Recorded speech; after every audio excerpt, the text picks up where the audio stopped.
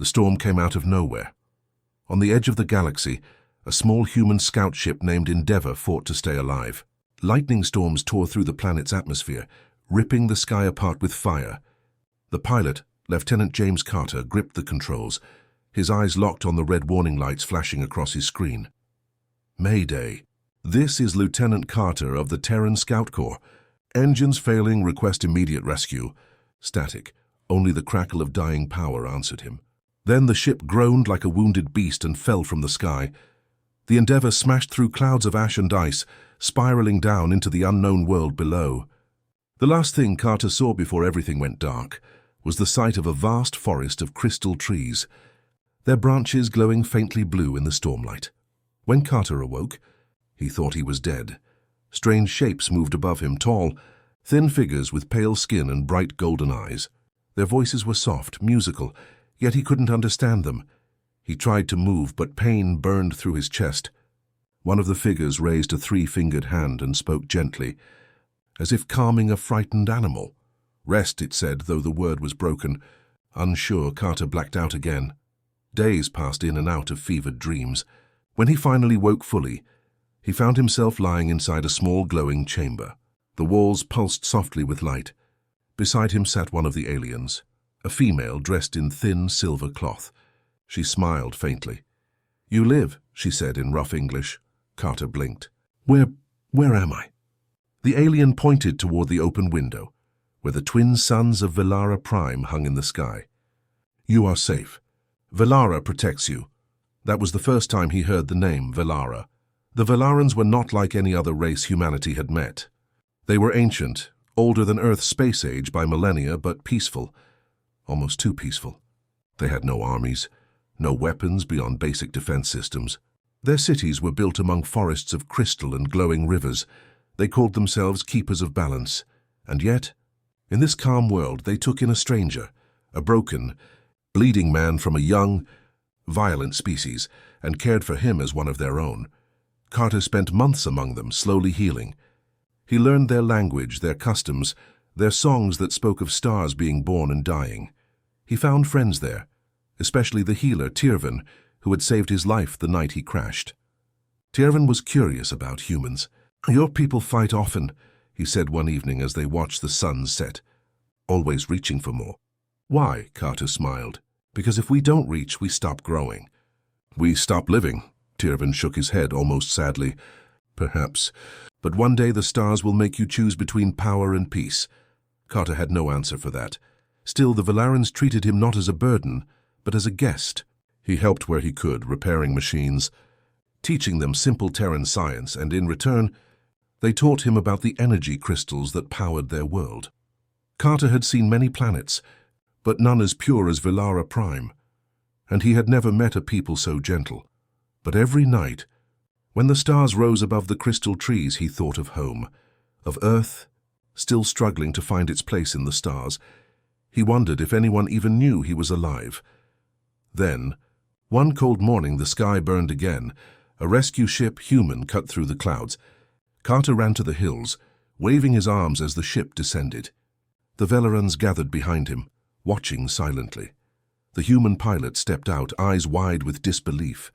"Lieutenant Carter, you're alive." Carter laughed, shaking his rescuer's hand. But then he turned back toward the Velarans, toward Tirvan and the others who had saved him. "I can't just leave without saying thank you," he said. Tirvan tilted his head. "You're going home now." "That is thanks enough." But Carter reached into his uniform pocket and pulled out his Terran insignia, a small silver emblem shaped like a rising star. He placed it in Tirvan's hands. "Keep this," Carter said. "One day when humanity is strong, when we can stand tall among the stars, we'll come back. We'll remember this kindness." The Velarans laughed softly. To them it was an impossible promise. Humanity was still young, barely beyond its own solar system. What could they possibly offer an ancient world like Velara? Yet Tirvan looked into Carter's eyes and saw something fierce there, something that burned brighter than any sun. "I believe you will," Tirvan said quietly. Carter nodded. "We will, I swear it." The human ship lifted off that day, leaving the Velaran forests shimmering in its wake. From above, Carter watched their world shrink beneath him, a glowing sphere of blue and silver wrapped in cloud. He didn't know then that his words would echo for generations. He didn't know that one day, long after his bones had turned to dust, the name Velara Prime would be spoken in the war rooms of Earth, not as a place of tragedy, but as a promise humanity would keep. For now, the Velarans returned to their quiet lives, never expecting to see humans again. But among them, Tiervan kept that silver insignia in a small glass case, displayed in his home, and every night as the twin suns dipped below the horizon, he would look at it and wonder. Perhaps, he whispered, one day, the stars will remember. The sky of Velara Prime burned like the end of days. From horizon to horizon, fire streaked across the heavens as alien warships descended through the atmosphere. The Velarans had never seen such power, such cruelty, such cold precision. The attackers came without warning, without mercy. The Zor Dominion, a name whispered in fear across the stars. Their ships were black, shaped like jagged knives cutting through clouds and silence alike. They had no banners, no voices, only the hum of their machines and the scream of plasma as they unleashed death upon a world that had forgotten how to fight. In the capital city of Lurien, Commander Tiervan stood on the balcony of the High Council Tower, watching the destruction unfold. Explosions painted the crystal skyline orange and red. The great spires that had stood for 1,000 years shattered like glass. Pillow people fled into the streets, their glowing robes streaked with ash. "Activate the planetary shield," Tiervan shouted, his voice breaking through panic. "All defense stations, return fire." The command echoes were filled with despair. Velara Prime's defenses were ancient, built for storms, not wars. Their energy cannons fired weak bursts that barely scratched the enemy's armor. In minutes, the Zor broke through the shield grid. One by one, the defense towers fell silent. Tiervan could feel the tremor in the floor as the nearest tower collapsed. "We are losing power to the southern cities," cried an officer. "The Dominion has cut the main lines." Tiervan's eyes hardened. "Evacuate all civilians to the undercaverns. Seal the gates. We hold the capital as long as we can." The ground shook again as the largest Zor dreadnought entered the sky, its dark hull blocking out the suns. From its underbelly, it released swarms of drones, metallic insects that screamed as they descended, firing beams of burning blue light. The air itself felt heavy, charged with death. Tiervan's people were healers, scholars, builders of peace. They had never prepared for this. He watched as his soldiers, barely trained in combat, fired desperate volleys against the invaders. Every explosion of plasma sent waves of heat rolling through the streets. The once beautiful city of Lurien became a field of smoke and ruin. "Command, this is the northern shield post," a voice crackled through Tiervan's communicator. "They're inside. We can't—" The transmission cut out in a burst of static, silence, then another explosion. Tiervan gritted his teeth. He turned to the council elders, who stood pale and trembling behind him. "You must leave," he said firmly. "There is a ship still intact in the eastern hangar. Take it. Escape to the outworlds." Elder Naru shook her head. "We will not abandon our people." "You can do more alive than dead," Tiervan snapped. But she only smiled faintly, sorrow in her golden eyes. "Our fate is already written, but you still have a duty to carry the memory of Velara." Tiervan hesitated. "There is nowhere to run." "Then send our final message," Naru said quietly. "Let the stars know that Velara Prime stood." Tiervan turned to his console and opened the ancient beacon array, a communication system unused for centuries. The screens flickered to life, static dancing across the glass. "This is Commander Tiervan of Velara Prime," he began, his voice shaking. "We are under attack by an unknown enemy. Our defenses are failing. To any who hear this, know that we fought. Know that we remembered peace until the end." He hesitated, then whispered something else, a name from the past. "To Earth, if you still remember us, know that we did not forget your promise." The message was sent into the void. Tiervan didn't expect a reply. Humanity had been small once, young, fragile. He doubted they even heard him. The Dominion's forces pressed closer, burning through the last layers of defense. The skies were now filled with black smoke and falling crystal dust. The once bright rivers glowed red from the fires. In the central plaza, civilians huddled under broken domes, clutching their children as the world fell apart around them. The drones moved like a tide of metal, scanning, killing, moving on.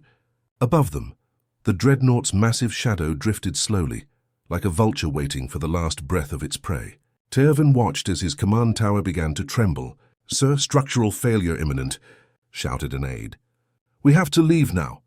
But Tervan didn't move. His eyes were locked on the sky, on the black horizon where the last defense ships were making their final stand. They were tiny, fragile lights against an endless swarm of darkness. "If this is how we end," he whispered, "then let it be with courage." The tower shook violently. The crystal windows shattered inward, spraying shards like rain. The aides dragged him toward the emergency chute, just as the upper levels collapsed. As they fell into the underground shelters, Tervan heard the sound of the dreadnought's beam charging, a deep rising hum that rattled the bones. Then came the blast. A column of blue fire struck the heart of Lurien, splitting the city in half. The shockwave flattened buildings, silenced voices, and left nothing but ruin. When Tervan awoke hours later, he was buried under rubble. The air was thick with dust and the faint scent of ozone. His communicator crackled weakly. "Command. Anyone?" No answer. Only static. He pulled himself free, limping through what remained of the council hall. The once bright spires were now broken stumps. The suns were dim behind a curtain of smoke. The Dominion had moved on, leaving behind silence and ashes. Tervan fell to his knees beside the shattered beacon console. He looked up at the burning sky and whispered, "Human, Carter, if your people still live, remember your promise." Then he bowed his head as the wind swept over the ruins of Valara Prime, a dying world whispering a message into the endless dark. Far across the stars, in the cold orbit of Mars, the Earth Defense Command floated above the red planet like a fortress of steel. The war room was silent, filled only with the hum of computers and the low rhythm of engines. Admiral Elena Reyes stood at the center table, her hands clasped behind her back, staring at the streams of reports from deep space. Humanity had changed. The days of weak explorers and broken ships were long gone. Now Earth commanded fleets, colonies, and alliances across 20 systems. The Terran banner flew on every frontier world. Yet even with all their power, the Admiral felt something was missing, something human. Then the signal came. It was faint, ancient, and wrapped in static. "Unidentified transmission detected from the Valara sector," said the communications officer. "It's old tech, ma'am. Really old." Reyes turned sharply. "Play it." The voice that filled the room was rough and trembling, filled with smoke and sorrow. "This is Commander Tervan of Valara Prime. We are under attack. Unknown enemy. Our defenses are failing. To any who hear this, know that we fought. To Earth, if you still remember us, know that we did not forget your promise." Then the message ended. Silence fell. Every officer in the room looked up from their screens. For a long moment, no one spoke. The Admiral's eyes narrowed. "Play that again," she ordered softly.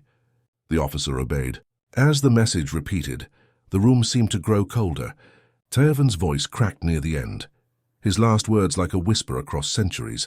Reyes knew that name. She had read it before, buried deep in the Terran archives. The story of Lieutenant James Carter, the man who had once crashed on Valara Prime and been saved by a race of peaceful aliens. She remembered the entry, the promise written in his final report. "If humanity ever grows strong, we will return the kindness given to us." Reyes stared at the flickering hologram. "Lieutenant Carter's oath," she murmured. "It's real." Commander Harlan, her second-in-command, stepped forward. "Ma'am, that story is 2 centuries old. The Valarans were thought extinct. It's probably just a ghost signal." Reyes shook her head. "Ghosts don't bleed. That's a real distress call. They're alive, or they were." "Even if they are," Harlan argued, "the Valara sector is deep inside Dominion space. Sending a fleet there is suicide."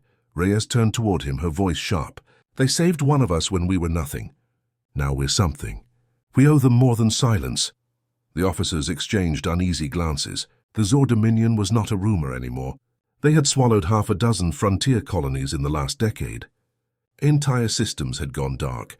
No one had ever faced them and lived. But Admiral Reyes was not the kind of leader who waited for orders. She walked to the main console and entered her authorization code. "By authority of the Terran Defense Charter, I am activating Fleet Formation Sigma Prime." The computer voice responded calmly. "Authorization confirmed. Fleet Sigma Prime mobilizing." Across the red skies of Mars, the engines of 200 warships roared to life. Dreadnoughts, carriers, destroyers, and cruisers aligned in perfect formation. The largest among them, the ESS Arkema, stood at the fleet's heart, its hull gleaming with white armor and blue reactor light. Admiral Reyes looked at the holographic map. The Velara sector was marked in red, a single star on the far edge of Dominion territory. "Plot a course," she said. "We leave within the hour." "Ma'am," Harlan said quietly, "you're talking about war. The Dominion will see this as an invasion." Reyes turned to him, her gaze unflinching. "Then let them." Humanity remembers its debts. The command center came alive with activity. Orders flew, engines charged, and the great ships of Earth began to turn toward the stars. Outside, dock workers and Marines watched in awe as the fleet assembled. To many of them, Velara was just a name from an old story. But the story meant something. It was proof that compassion had not died in the age of machines. On the flagship bridge, Reyes stood before the viewing window as Mars faded behind them. "Open fleet-wide channel," she said. A tone rang across every ship. "This is Admiral Reyes," her voice echoed. "Our destination is Velara Prime. Long ago they saved one of us. They showed mercy when we had nothing to give. Today we return that favor. Some of you will call this madness. Some of you will call it impossible. I call it duty." The crew erupted in cheers. Across the ship, soldiers saluted, engineers shouted, and pilots grinned in silence. Humanity was going to war, but not for conquest. For honor, for memory, for one promise made centuries ago. As the fleet entered the jump corridor, light stretched into streaks across the void. Harlan stood beside her. "You really think they'll still be alive when we arrive?" he asked. Reyes didn't answer right away. She looked out at the endless dark, where the stars burned like eyes watching them. "If they're not," she said quietly, "then we'll make sure the ones who killed them aren't alive either." The jump engines roared. The stars twisted, bent, and then vanished. The great fleet of Earth vanished with them, heading into the unknown, chasing a promise made by one man long dead. And somewhere far ahead on a burning world, that promise waited to be kept. Velara Prime was dying. The twin suns hung dim behind a haze of smoke and dust. The ground trembled with every blast as the Zor Dominion tightened its grip around the planet's throat. In the ruins of the capital, Commander Tirvan stood among the survivors, his uniform torn and his skin covered in ash. The air was thick with the stench of burning crystal and scorched metal. Around him, what remained of the Velaran defense forces huddled behind broken walls, clutching weapons that no longer mattered. Above them, the Dominion fleet hovered like a wall of black steel, their engines humming with an unholy rhythm. The sky itself seemed to bleed. Tirvan knew this was the end. The enemy had destroyed the shield generators, the energy cores, even the last of their orbital cannons. Nothing stood between the Dominion's main dreadnought and the ground. The Velarans could not win. They could only wait for mercy that would never come. "All surviving units," Tirvan said into his cracked communicator, "fall back to the valley shelters. Protect the civilians." His voice was steady, but his heart was breaking. Around him, the world he loved was collapsing. He thought of the old promise, the one made by the human James Carter.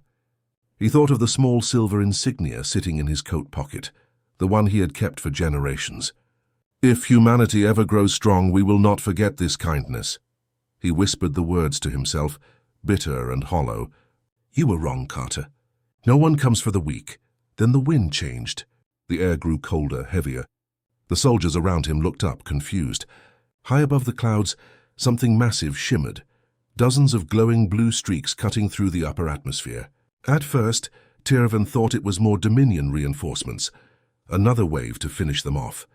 But then the scanners on his wrist lit up with new signatures, unknown configurations, unknown transponders. A sound followed, deep and distant, like thunder rolling across the stars.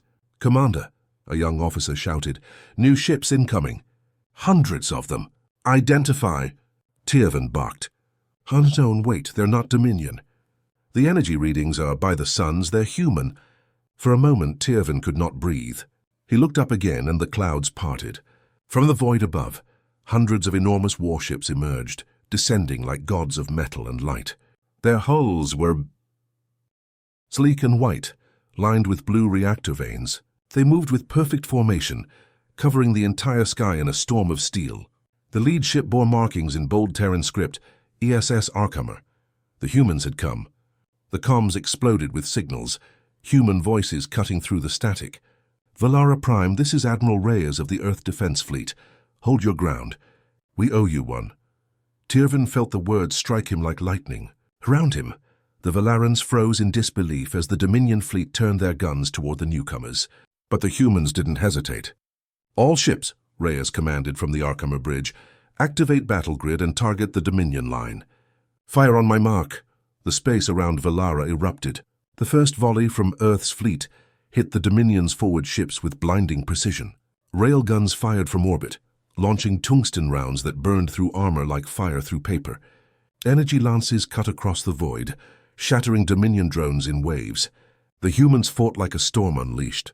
Their ships moved with terrifying coordination, forming a shield wall around the planet.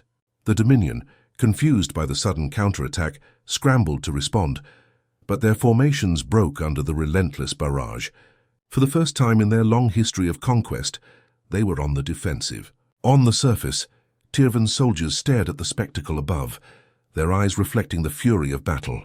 The sky that had once been filled with death was now burning with light, the light of hope. A Velaran lieutenant gasped, "They came?" The humans actually came. Tyrvin could not speak. His throat tightened as he watched the Arkhammer glide overhead, its shadow covering the city ruins. Then the Admiral's voice came again through every channel, calm and strong. "Valara Prime, this is Earth Command. Evacuation zones are being cleared." "We will hold the skies," the Dominion dreadnought responded with rage. It turned its massive cannons toward the Arkhammer and unleashed beams of dark energy, splitting clouds and vaporizing debris. But the humans countered instantly. 3 Terran destroyers surged forward, forming a barrier, their shields glowing white-hot as they absorbed the blast. The Arkhammer retaliated with a single kinetic lance, an experimental weapon that fired a projectile faster than light.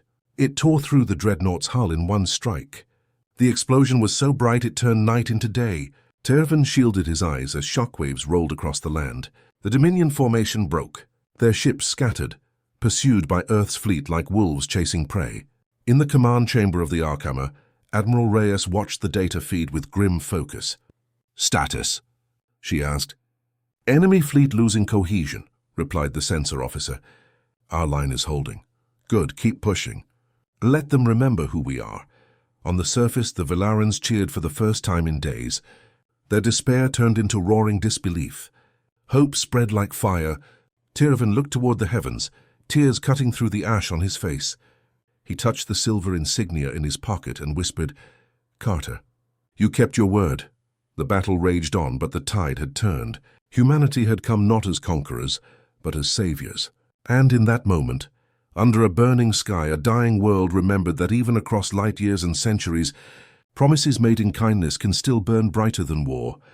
The battle above Valara Prime raged like the wrath of gods.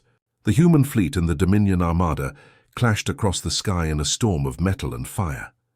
From the ground, the night looked alive. Streaks of light cut through clouds, ships burned like falling stars, and the thunder of explosions rolled across the horizon. Admiral Reyes stood on the command deck of the ESS Arkhammer, her eyes locked on the holographic battlefield. "Maintain formation. Prioritize enemy carriers," she ordered. Her voice was steady, but her heart pounded with adrenaline. Around her, the bridge glowed red from emergency lights. The Dominion was strong, far stronger than expected, but the humans were relentless. Earth's fleet had grown through pain, through war, through loss, and they had learned to fight without mercy when it mattered. The Dominion ships launched wave after wave of drones, black swarms that filled the void like locusts. The human interceptors dove straight into them. Tiny but fast, the fighters carved through the enemy lines, guided by AI co-pilots and human instinct. Every detonation painted the darkness with brief flashes of blue light. "Dagger Squadron, cover the Arkhammer's right flank," Reyes shouted. "Heavy cruisers, fire on the lead dreadnought." The bridge shuddered as the massive guns along the Arkhammer's hull unleashed their payload. The rail cannons fired rounds the size of city buses, each one glowing with white plasma trails. They slammed into the Dominion warship, tearing through its armor. "Direct hit," shouted the weapons officer. Cheers erupted, but only for a moment. A Dominion counterstrike slammed into the Arkhammer's shield array, shaking the ship so hard that sparks flew from the ceiling. "Shields at 60%, someone yelled. "Reinforce with auxiliary power," Reyes snapped. "Do not give them the upper hand." Outside, the Dominion's dreadnoughts regrouped. The largest one, a monstrous ship called the Oblivion Lance, opened its central core, revealing a beam cannon big enough to pierce continents. Its energy built up, glowing sickly red. "They're targeting the surface," cried an officer. Reyes froze. "They mean to destroy the Velaran cities." "Not while we breathe," she said coldly. "All ships, defensive intercept! Protect the planet!" At once, the human fleet shifted position, descending lower into the atmosphere. The sky turned into chaos. Plasma beams and kinetic rounds collided in midair, detonating into blinding storms. Human ships took hits, some burning, some breaking apart, but they kept fighting. Below, the Valarans watched in awe as giant Terran carriers roared overhead, their engines glowing like suns. Dropships fell from their bays, slicing through clouds, carrying hundreds of armored marines to the surface. For the first time in their peaceful history, Valara Prime saw human soldiers in full combat gear, power armor glinting under the flames, their banners marked with the insignia of Earth. They moved like machines, efficient and unyielding, securing streets, helping wounded civilians, and turning ruined buildings into strongholds. One Valaran child pointed at them and whispered, "Are they angels?" Her mother could only nod, tears in her eyes. High above, Admiral Reyes coordinated both space and ground operations. "All destroyers, keep firing. Push them back from orbit," she commanded. The Dominion fought back with rage. The Oblivion Lance fired its main cannon, and a beam of energy the color of blood cut through the atmosphere. The ground shook. Velaran mountains melted into rivers of glass. The Arkama's crew reacted instantly. "Brace for impact." The dreadnought turned, putting itself between the beam and the planet. The shields flared white, groaning under the strain. "Shields down to 30%, shouted the technician. "Keep them up." Reyes roared. "If that beam hits the surface, millions die." The Arkama held. Its massive frame absorbed the blow, engines screaming, armor plates cracking. Then, as the beam faded, Reyes gave the counter-order. "Fire the Magna Lance." The forward cannons charged, gathering pure energy. When they fired, the sound was like thunder ripping the heavens open. The projectile hit the Oblivion Lance dead center. For one breathless second, nothing happened. Then the Dominion flagship exploded, an expanding sphere of red fire and shattered steel. The shockwave swept through the enemy lines, breaking their formation. "The flagship is down," someone shouted. "The Dominion fleet is retreating." A roar of triumph filled the bridge. Reyes gripped the railing, breathing hard. "Do not chase them. Secure the system. We're not done until Valara is safe." On the surface, Tyrvin looked to the sky, where human ships glowed like stars of war. He could hear their thunder, feel their courage. Around him, the wounded Valarans wept, not in despair, but in awe. "They came for us," someone whispered. "The humans kept their promise." Tyrvin clutched the silver insignia to his chest. "Yes," he said softly, his voice trembling. "Fire and iron, that is what they are made of." The battle ended hours later. The Dominion forces scattered into the void, leaving behind debris and silence. The sky cleared slowly, revealing the twin suns once more. The humans had turned the tide. Valara Prime still burned, but it lived, and as the Earth fleet orbited above, Admiral Reyes stood on the bridge of the Arkama, her reflection staring back at her from the cracked glass. "Carter," she whispered to herself, debt almost paid, the battle was not over. The Dominion had lost its flagship, but its rage only grew. From the dark edges of the system, more ships emerged, sleek, needle-like vessels pulsing with red light. They came without id. Warning: hundreds strong, each one armed with planet-killer weapons. The human fleet adjusted formation, shields flickering under the strain. The air in the command deck of the Arkama vibrated with the deep hum of overloaded reactors. Admiral Reyes stood at the viewing window, her reflection pale against the glow of fire outside. "Status report," she demanded. "Multiple Dominion reinforcements inbound," replied Commander Harlan. "They're targeting our orbital ring and the surface shelters. If even one of those beams lands..." "We lose Valara," Reyes finished grimly. The Dominion fleet spread like a black tide, surrounding the planet. The humans fought back with everything they had, railguns, plasma lances, torpedoes. But the enemy kept coming. The Arkama's engine screamed as it turned to intercept the largest dreadnought, moving toward the surface. "That's their command ship," said Harlan. "They're charging their main cannon again." Reyes clenched her jaw. "Then we stop them here." The Dominion dreadnought began to glow from within, gathering power for a single catastrophic shot aimed directly at the planet's last surviving city. On Valara Prime's surface, Tirvan watched the sky with dread. The twin suns vanished behind a wall of energy clouds as the enemy cannon built up charge. The Valarans huddled in the ruins, silent, waiting for the end. "If that weapon fires," Tirvan whispered, "there will be no tomorrow." High above, the Arkama repositioned itself, moving directly into the weapon's path. "Ma'am," Harlan said sharply, "if we intercept, we won't survive the blast." Reyes turned to him, eyes cold but steady. "If we don't, neither will they." The crew fell silent. They knew what that meant.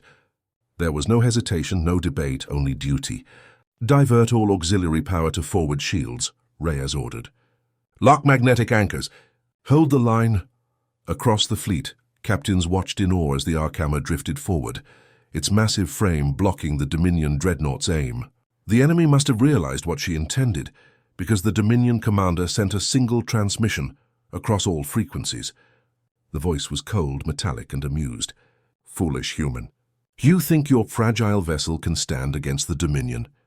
Reyes smiled faintly, her voice steady as she replied, "We're not here to stand. We're here to protect." Then the Dominion fired. The beam erupted from the dreadnought's core. A column of red energy brighter than any sun, tearing through space toward the planet. It struck the Arkama dead center. The shields flared blinding white, and the entire ship groaned as energy surged through its hull. Metal screamed, decks shattered, alarms blared.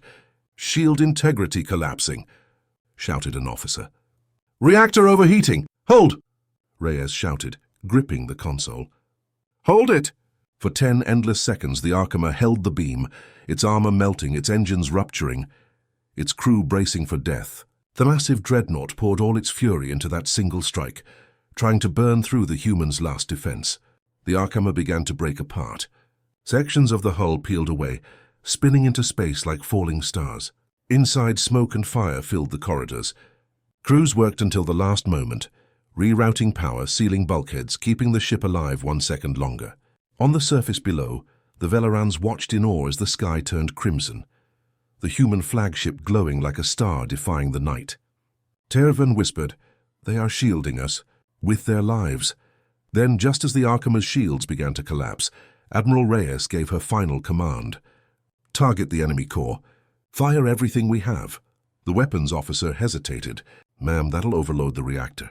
"Do it," she said quietly. "Debt paid in full." The Arkama's cannons lit up one last time. Every remaining weapon fired simultaneously, a storm of light and fury. The projectiles pierced the Dominion dreadnought's core. For an instant, space went silent. Then the dreadnought exploded in a massive eruption of energy, its death tearing through the enemy fleet like a wave. The red beam vanished. The shockwave swept across the system, blinding sensors and shaking the planet's crust. When the light faded, both ships were gone. The Arkama was no more. Only a trail of glowing debris remained, drifting silently in the void. On the surface, Tirvan fell to his knees, tears streaming down his face. "They gave everything," he whispered. Around him, the surviving Valarans bowed their heads. Above, the human fleet, though battered and burning, slowly regrouped. Commander Harlan aboard the ESS Valiant watched the sensors stabilize. The enemy was in full retreat. He opened a channel to the fleet. His voice was hoarse, heavy with grief. "Admiral Reyes is gone. The Arkama is lost, but Valara Prime lives." Across every Terran ship, silence held for a long, heavy moment. Then, one by one, the crews saluted. No cheers, no shouts, only respect. Harlan looked out into the void, where the debris of their flagship floated like ashes among the stars. "Rest well, Admiral," he murmured. "You kept the promise." On Valara Prime, the skies cleared for the first time in days. The air grew still. The suns rose over the wreckage, and light fell upon the ruins of the city. The humans had won. And though they had lost their greatest ship, they had saved a world that once saved one man. In that moment, across fire and ruin, the words of Lieutenant Carter came true again. If humanity ever grows strong, we will not forget this kindness. Silence fell over Velara Prime. The warships were gone, the skies were clear, and only the faint glow of wreckage drifted among the clouds. The once green valleys were now scarred with ash, and the twin suns rose over a world that had almost died. But it had not. The humans had saved it. On the surface, the surviving Velarans emerged from the underground shelters, their silver eyes wide as they looked at the horizon. Fires still burned where the Dominion's weapons had struck. Smoke curled into the sky like dark fingers. Teofan walked among the ruins, the silver insignia of the human fleet clenched in his hand. His body ached, his robes were torn, but his spirit burned bright. He passed rows of wounded Velarans and human marines working side by side, tending to the injured, rebuilding what little they could. The humans moved with quiet discipline, their armor scorched and dented, their faces hard but kind. One marine knelt beside a Velaran child, gently handing her a ration bar and a canteen of water. The child smiled faintly, eyes full of wonder. "You came back," she whispered. The marine smiled through his cracked helmet. "We said we would." Up above, the ESS Valiant took command of the fleet. Commander Harlan stood at the main viewport, staring at the wreckage field where the Arkhama had fallen. There was no sound, no movement, only drifting metal fragments sparkling in the sunlight like stars. "Begin recovery operations," he ordered softly. "Retrieve what's left of the Arkhama. Bring her home." Salvage ships launched from the human fleet, small dots against the vast emptiness. They moved silently through the debris, collecting fragments of hull plating, blackened armor, and the shattered remains of the ship's nameplate. When they found the bridge core, it was split open, burned beyond repair. But inside, among the melted steel and ash, they discovered a single metal plaque still intact, engraved with the words, "For those who protect, not for power but for promise." Harlan stood over it in silence, his gloved hand resting on the cold surface. "She kept her word," he murmured. "We all did." Down on the planet, the Velarans built great pyres for their dead, singing their ancient mourning songs. The humans joined them, silent and respectful. Together they buried the fallen, Velaran and human alike, under the same soil. There were no divisions now, no difference between races, only those who had fought and those who had sacrificed. As night fell, Teofan gathered the elders around the ruins of their council hall. "We owe them everything," he said. "Without the humans, our world would be dust." One elder nodded slowly. "Long ago we saved one of them, one life, and now they have saved us all." The Velarans lifted their hands toward the sky, where the stars shimmered faintly. "May their names be written among the suns," they said. In orbit, Harlan transmitted a message to Earth. "To the United Terran Command," he began, his voice steady despite the exhaustion in his eyes. "The Dominion attack on Velara Prime has been repelled. The Arkhama and Admiral Reyes are lost in action. The planet has been secured. The Velaran people live." There was a pause before he continued. "Admiral Reyes fulfilled the promise made by Lieutenant James Carter decades ago. The debt of one life has been paid with the lives of many. Humanity stood as protector, not conqueror. We did not come for power. We came for honor." The message ended, and for a moment the bridge was silent except for the faint hum of engines. Then one of the young officers whispered, "Do you think Earth will remember?" Harlan turned to the window, his reflection framed against the stars. "Oh, they'll remember," he said quietly. "Because stories like this, they're the ones that make us human." Days passed. The Velarans began to rebuild, guided by human engineers who stayed behind to help restore power, water, and medicine. The two species worked side by side under the light of the twin suns, a living symbol of unity born from fire. Teofan often walked among the human camps, watching the soldiers talk and laugh as they repaired machines and tended crops. They were not gods or monsters. They were people, flawed, brave, stubborn people who had chosen to fight for a world not their own.